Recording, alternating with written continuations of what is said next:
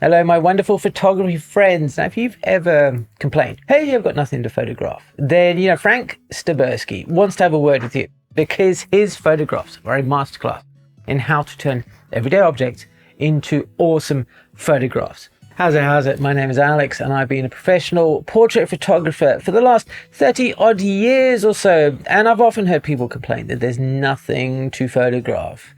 And when we look at Frank Styburski's photographs, it teaches us that beauty can be found anywhere.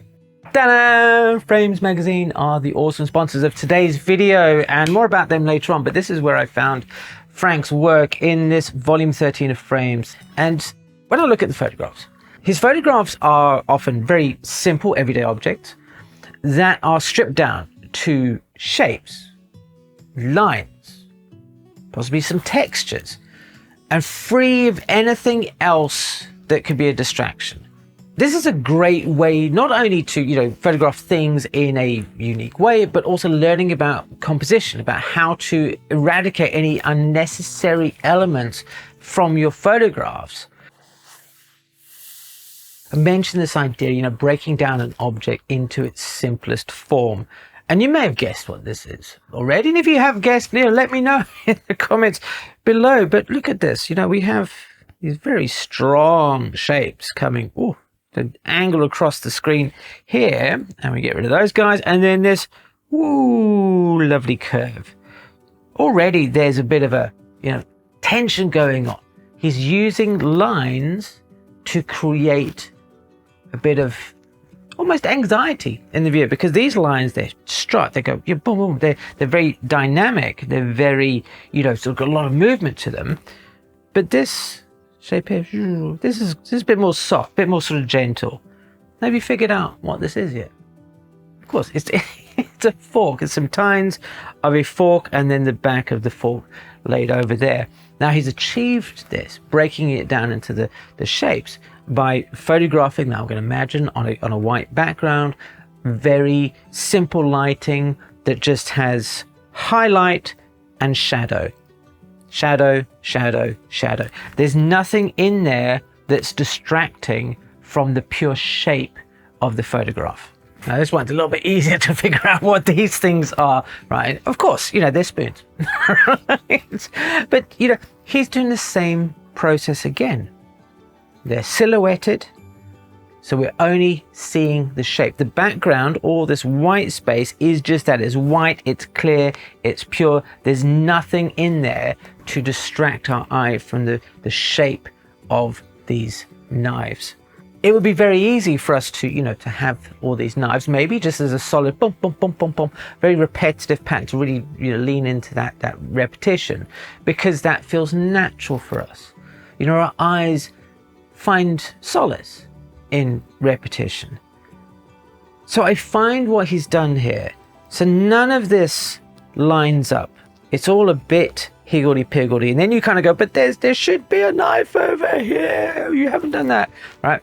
This feels like to me that it's intentional, that he's done this to make the photograph less boring, because patterns can be just quite static and they're the same thing. He's broken it up, and we're kind of looking at going, I want it to be right. I want it to be just so.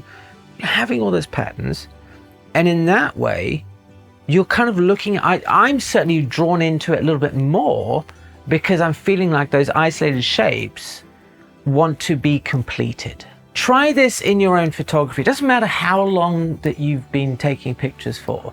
When you start to look at everyday objects that you are so quick to dismiss, then it makes your eyes have a little bit of a reset, where you're just reminding yourself, that you don't need to go to the exotic locations and all that kind of stuff to find interesting things to photograph. That you can find ways of experimenting and discovering things new underneath your nose. Hello, so this, hello, so we got Frames today. Yes, Frames once again are the sponsors of today's video. And every time I pick up this magazine, or it comes through the post to me, clunk on the doormat, I see in my hands. You know, the passion, the dedication, and the all-round awesomeness that Tomasz and Scott bring to this magazine. You know, they curate such wonderful photographs. I keep discovering every time I pick it up somebody new who I want to explore their work more. And if you're looking to, you know, broaden your horizons and get a bit more of the artistic side of photography, you know, get your fix for that, then, you know, frames will be an outstanding way to start with that. If you're interested in getting your own subscription for this magazine and also for the online community, then check in the description box below. And one of the aspects that Styburski is using here is employing high contrast. Now, especially with this kind of this backlit look, because it creates a very bold silhouette. In a previous video, I looked at the work of Wolfgang Gangel and his massively bold silhouettes. And if you want to check out how he uses them, then I'll link to it at the end of the video. And when you do this, it highlights the contrast between the light and the dark areas. And something has happened here in these photographs that I think is a happy accident that I absolutely love from what's been used when they're kind of backlighting these images. And look at these forks, these plastic forks. The light is making this very black line where the, you know, the plastic is quite dense.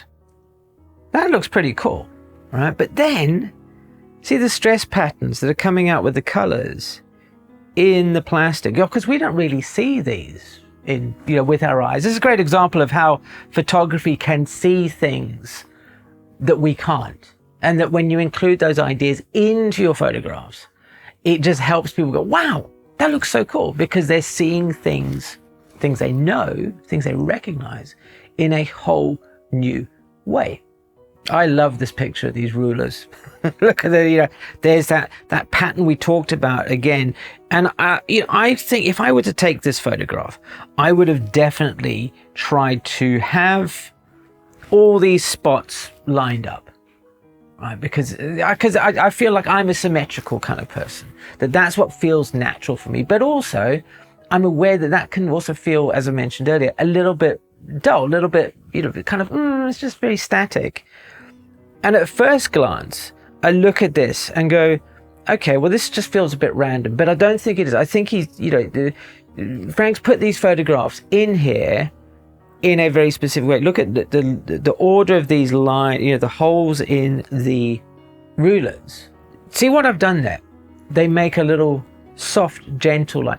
These curved lines make us feel relaxed, make us feel just chill. Yeah, think about a river that curves off through around. So on one hand, you have the very straight lines going across here, the edges of the rulers, and the fact that they're different colors and these stress patterns obviously are not uniform is great. But then that very static, angular shape is broken up by these lines that are coming through here. So simple, so effective, and yet so hidden to most of us who are just looking and go, it's a ruler. I'm not going to photograph a ruler. How very dull. Today, and it might just be the kind of photographs that I end up seeing, but it does feel like a lot of photography is not earnest, not serious, but it has a vibe about it that feels like you have to photograph certain things. You have to photograph them in a certain way. And this concept, these very simple, almost DIY feeling at home kind of pictures. And I think what I'm going to do is I'm going to clarify this idea, this DIY thing. It feels like these are photographs because they don't require a huge amount of technical setup, that I think a lot of people may poo-poo them. Going, oh, I just, yeah, that's like kids stuff. It's not real photography, you know. It's not really leaping into very hardcore aspects about, you know, lighting ratios or it's having a social commentary or something. They're just simple photographs that cover shape and lines and, you know, color and just, you know, abstract ideas. And I love them for that.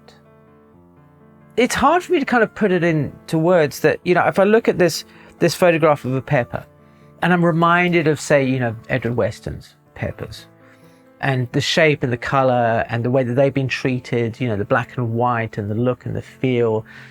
Whereas this feels like this is a pepper just photographed on on a light table where the light's coming from behind, and it's like a product shot.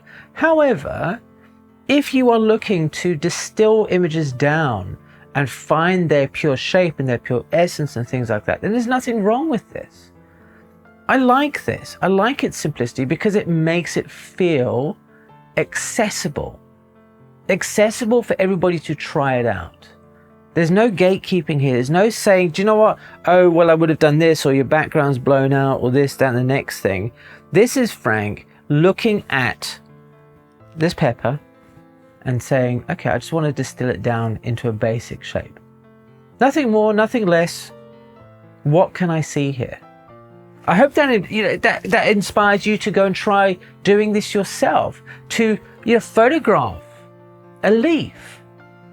Just photograph it like this. This is fairly simple on how to set up. You don't need masses of equipment.